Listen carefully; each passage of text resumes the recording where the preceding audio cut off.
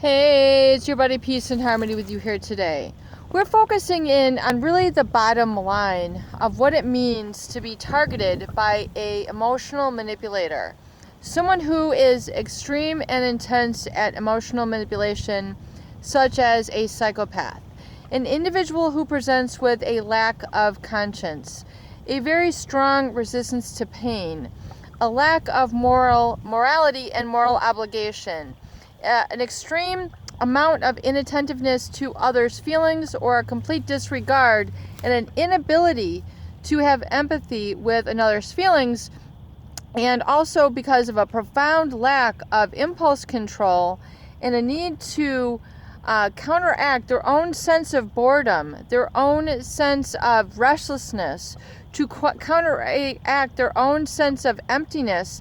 They need to overstimulate, overact, reach out to their environment to control and manipulate others.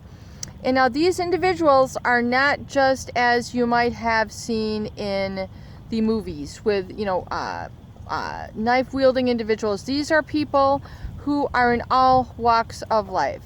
All walks of life can be doctors, lawyers, judges, business owners, CFOs, chief executive officers, managers, people who work at McDonald's. Basically every walk of life you can find a psychopath. An individual with a lack of conscience, a lack of empathy, and seeks to conceal this through high risk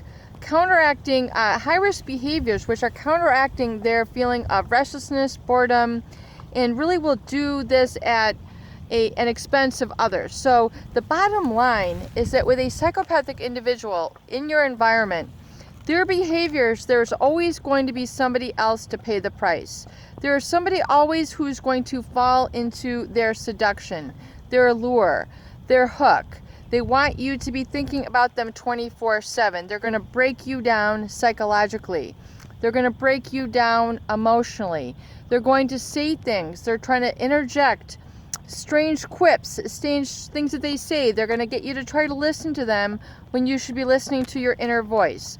They're going to try to override your thinking process, your thought process that is natural, organic, and within you, and they're going to target and try to pull out your good side, your good nature, and give them a lending ear, give them a lending hand, constantly be looking at them, constantly contacting them with eye contact.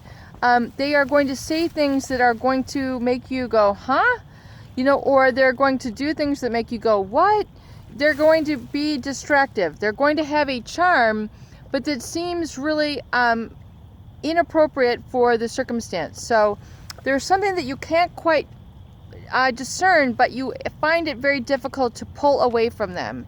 You find it very hard to get away. You find it very hard to stop thinking about them. You find it very hard to stop worrying about them. You find it very hard to think, you find it very strange that they might have a sort of way with which they create a sort of paranoia or a suspicion or basically an inflicting of guilt onto you. So, in the beginning, there might have been an attraction, what they call the love bombing phase, but that phase can be short or long.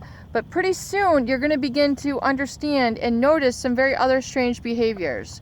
Splitting behaviors, where they talk about the very people who they attach to, who they try to get to attach to them. They're going to talk about them behind their back. They're going to talk about them in negative ways, sarcastic ways, in ways that most people would not think to and attend to or even give the time of day. They're going to try to pull these little idiosyncrasies out and try to use that against people, even though these people are completely innocent, well-meaning, well-doing. They're going to try to do this because if they can get other people to think negatively upon all the other people in the environment, then they have won.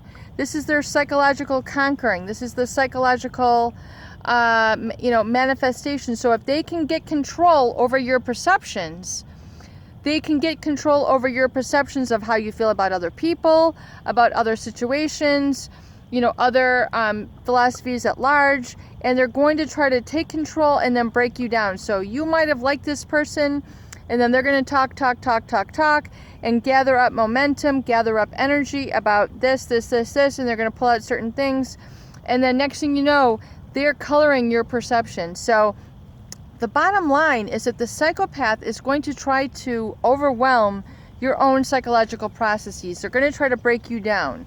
They're going to try to teach you or make you feel as if you don't know how to think for yourself. You don't know how to decide for yourself. Your own judgment is not on course. They're going to try to break down your internal boundaries, your psychological boundaries, your psychological voice. They're going to try to break it down, and they're not going to quit. The psychopath has no need to quit. This is how they entertain and amuse themselves, is through overpowering people. It's like a game for them. It tends to ward off their boredom, their feeling of emptiness. They will basically, it's like an abyss, a magnetic abyss, where basically the closer you get, the stronger the magnetic pull. The more you listen, the stronger the magnetic pull. The more you look, the stronger the magnetic pull. So all of your senses begin to be basically drawn into this individual. So that's why it is very important to go no contact, bottom line, with a psychopath. Even if you feel you're being rude, even though you might feel you're being a bad friend, even though you might feel you're being unsupportive of them, these are people who you don't want to support because they are not supporting of you. They have your end destruction and destroying you is at the end of their game. And even though it seems unfathomable, even though it's not illogical, this is their end result. They will just keep going to whomever is in the environment. So if you are around this type of person, bottom line, you need to really declare and know your own boundaries physically with all of your senses. So your hearing, your eyesight, your sense of taste, touch, smell.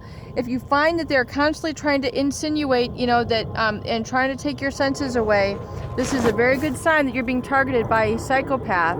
And the emotional manipulation, where they have inadvertently tried to take control over your perceptions and made you think, feel, and have emotions on things that aren't really yours, but that you feel that you must kind of give in or cave into them in order to avoid not being liked or etc., then this can be the bottom line of the psychopath. This is their end result. This is where they try to get you sucked in.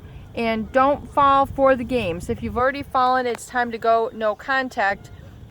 It is time to use not only the gray rack method, but you need to get them out of your environment. You need to not look, listen, touch, smell, taste, whatever it is.